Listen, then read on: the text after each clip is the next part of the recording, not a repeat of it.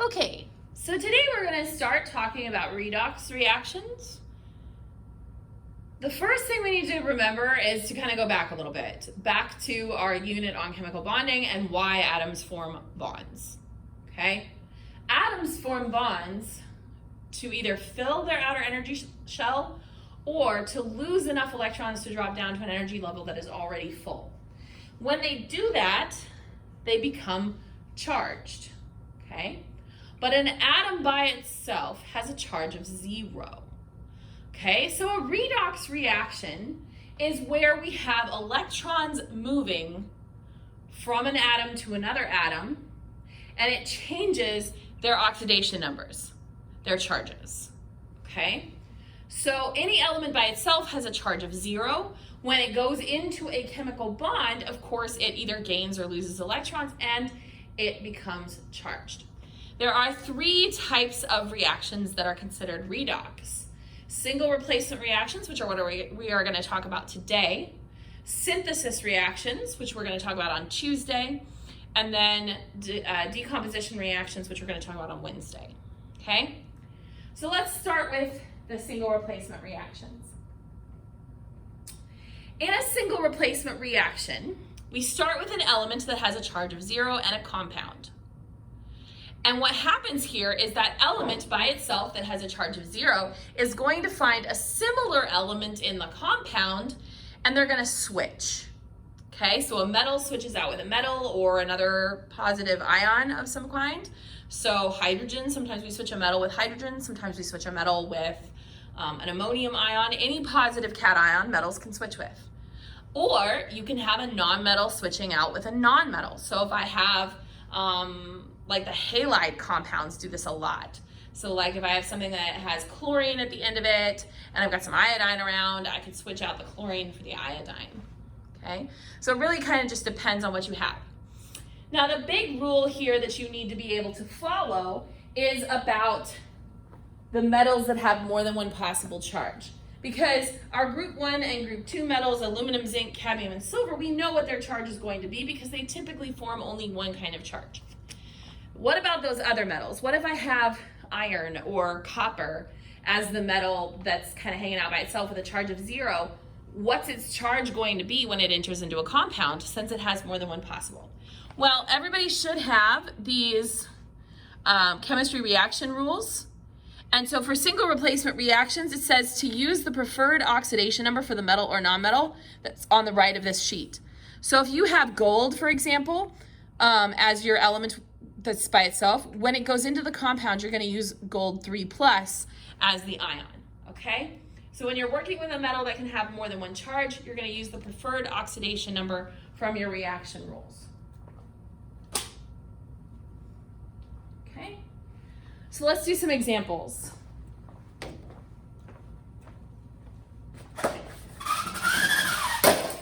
For this first one, we have aluminum reacting with iron 2 sulfate. So we have aluminum plus iron 2 sulfate. Okay?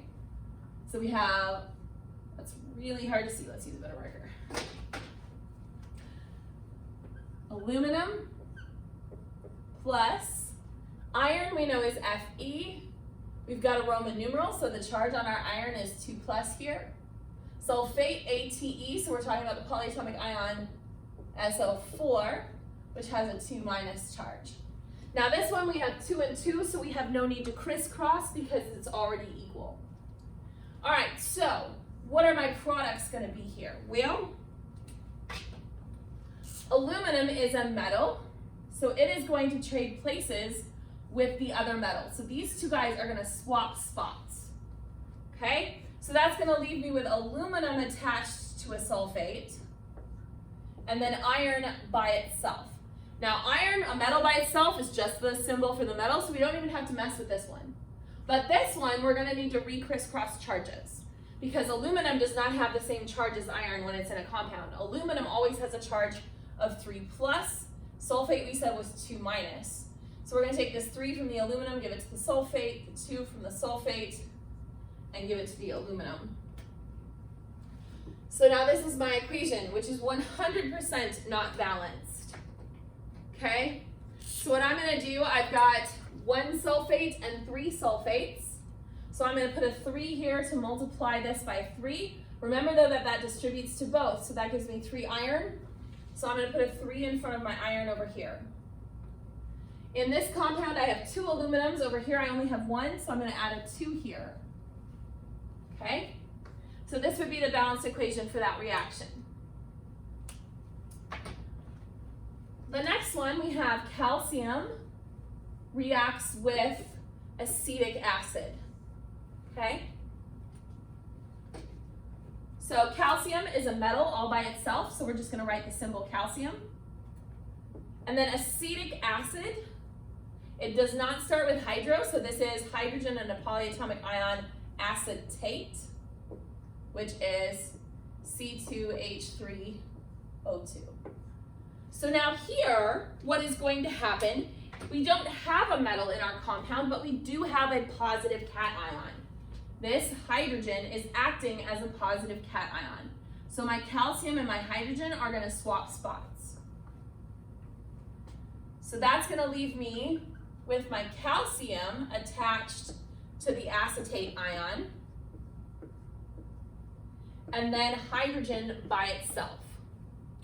Now hydrogen by itself, remember this is a nonmetal this time, so now we need to check our Hofbrinkel's list. And hydrogen is on the Hofbrinkel's list, so this is actually going to have to be H2. And again, we need to re-crisscross this formula because calcium and hydrogen do not have the same charge. Calcium has a charge of 2+, the acetate ion has a charge of 1-. So the 2 from the calcium goes to the outside of the acetate, the 1 from the acetate would go to the calcium, but we don't write ones.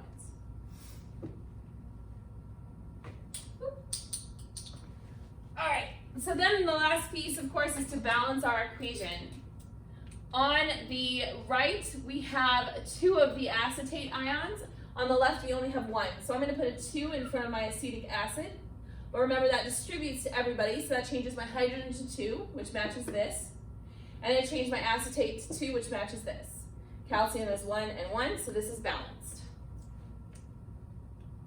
All right, let's look at this one.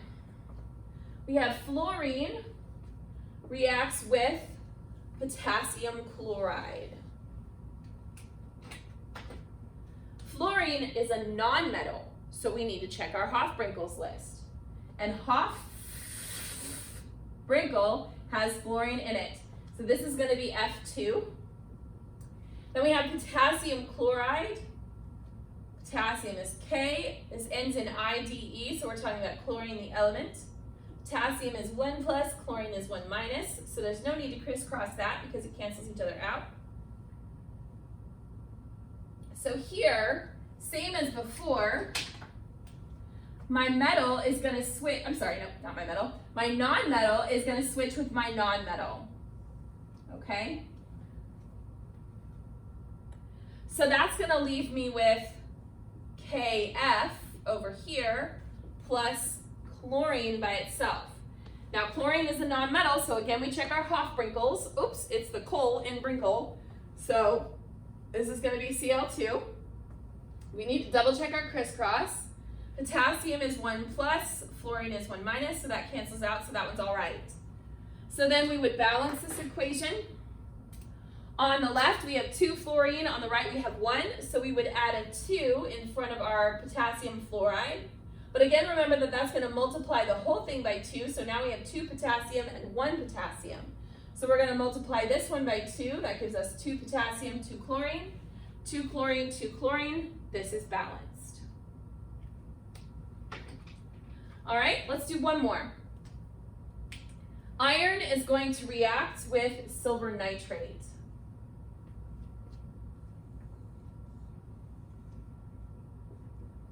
I'm going to kind of do this one off to the side so it doesn't get too up close off the board. So we have iron, which is a metal all by itself, so we just write its symbol. And then we have silver nitrate. ATE means that nitrate is the polyatomic ion NO3. Silver has a 1+ charge, nitrate has a 1- charge, so on this one we don't have to crisscross because they cancel out. Now this is where it gets a little interesting. This is where you need that information on your rules page, because when we switch the iron with the silver, we need to know the charge of the iron to re-crisscross this. Okay? So we need to know the charge on the iron in order to crisscross that with the nitrate. So I'm going to pull up my rules list, and I'm going to look at the preferred oxidation number on the right, and it says that iron's preferred oxidation number is a 3. So 3 plus for the iron, 1 minus for the nitrate, so this 3 from the iron comes down to the nitrate.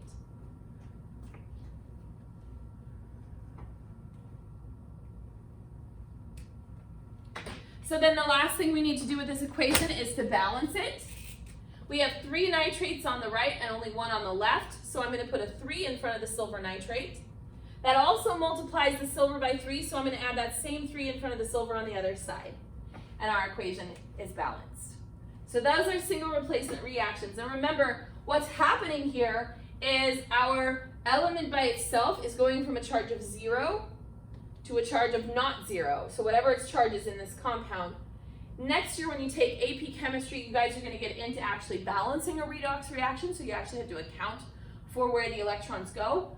But this year what I want you guys to focus on is figuring out what the correct equation is, so that next year when you know what the correct equation is, it'll make it easier for you to figure out where all your electrons went.